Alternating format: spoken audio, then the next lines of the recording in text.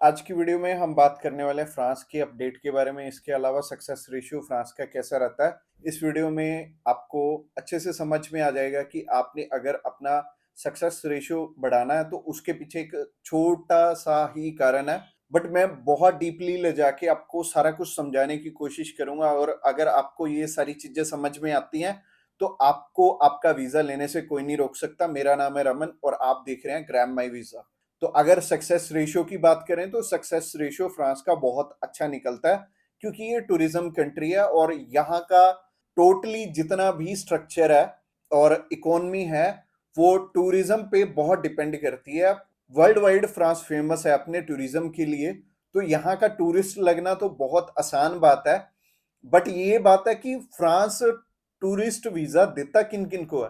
France ये चाहता है कि हमारी कंट्री में अगर कोई भी आए वो वापस लौट के अपनी कंट्री में वापस चला जाए।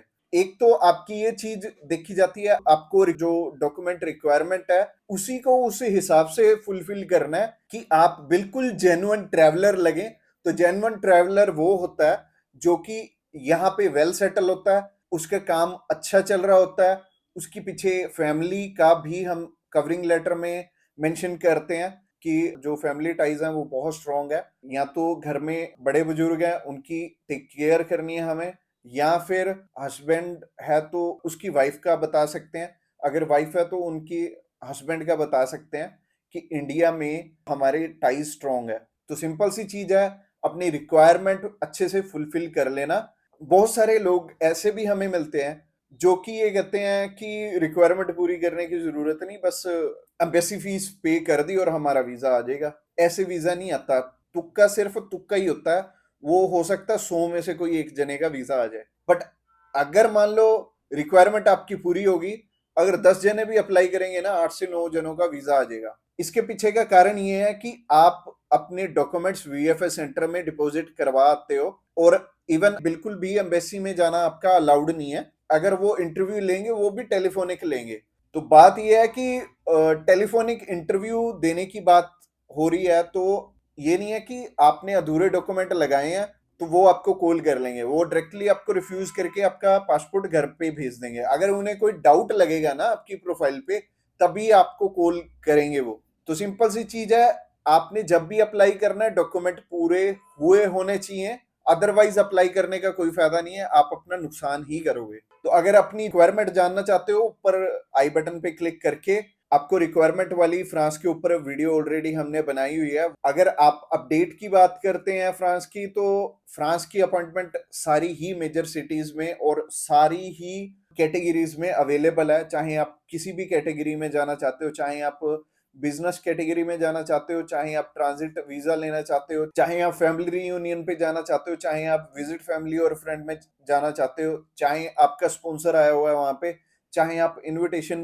पे जाना चाहते हो, चाहे आपकी कॉन्फ्रेंस है, या फिर कल्चर और स्पोर्ट के लिए अगर आप जाना चाहते हो, तो ये सारी की सारी कैटेगरीज में आप अप्लाई कर पाओगे इस टाइम। इवन सारी मेजर सिटीज में भी अपॉइंटमेंट अवेलेबल है, छोटी सिटीज में भी अपॉइंटमेंट अवेलेबल है। चाहे हम दिल्ली की बात करें, मुंबई की, कोलकाता की, हैदराबाद, चेन्नई की, या फिर इधर से स्टार्ट करें जलंधर की बात करें, चाहे हम चंडीगढ़ की बात करें, चाहे गुड़गांव की, चाहे अहमदाबाद की बात करें, चाहे हम बेंगलोर की बात करें, चाहे पुणे की बात करें, हर जगह पे अपॉइंटमेंट अवेलेबल है। जो भी आपकी नियरेस्ट सिटी है, आप अपॉइंटमेंट लेके आप वहां पे जा सकते हैं और अपना वीजा अप्लाई इजिली कर सकते हैं। और अगर आप खुद अप्लाई कर रहे हैं या फिर किसी और के थ्रू कर रहे हैं, तो हो सकता है आपकी रिक्वायरमेंट अच्छे से पूरी ना हो। अगर आप हमारे थ्रू अप्लाई करते हैं तो हम सबसे पहले आपकी रिक्वायरमेंट देखते हैं। अगर कोई हमें दिक्कत लगती है प्रोफाइल में तो हम आपका अप्लाई नहीं करते, हम आपको वेट करने के लिए बोलते हैं कि सबसे पहले आप अपनी रिक्वायरमेंट पूरी कर लो। चाहे 1 मंथ बाद अप्लाई कर देंगे,